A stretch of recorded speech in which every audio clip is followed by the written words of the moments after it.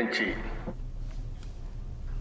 రంగారెడ్డి జిల్లా మోయినాబాద్ మండలం అజీజ్ నగర్లోని కేఎల్ యూనివర్సిటీలో 2 రోజులు అంతర్జాతీయ కాన్ఫరెన్స్ నిర్వహించనున్నారు.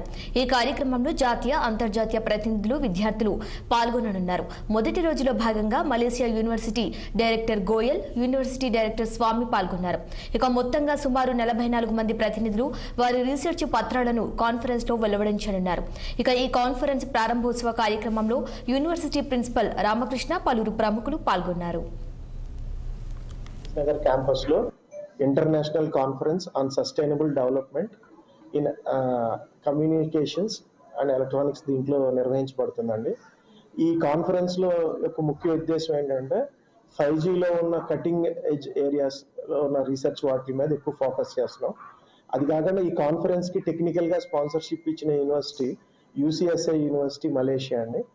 అలాగే ఈ కాన్ఫరెన్స్ కి మనకి కీనోట్ స్పీకర్స్ కింద డాక్టర్ రేణు గారు UCSI యూనివర్సిటీ మలేషియా, అట్లాగే డాక్టర్ గోయల్ గారు మలేషియా సిటీ యూనివర్సిటీ నుంచి వచ్చారండి.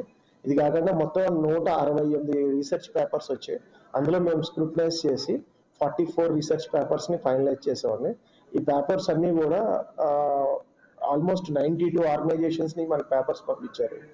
సో అట్లాగే various countries like US, China and we have a papers from even from Europe also.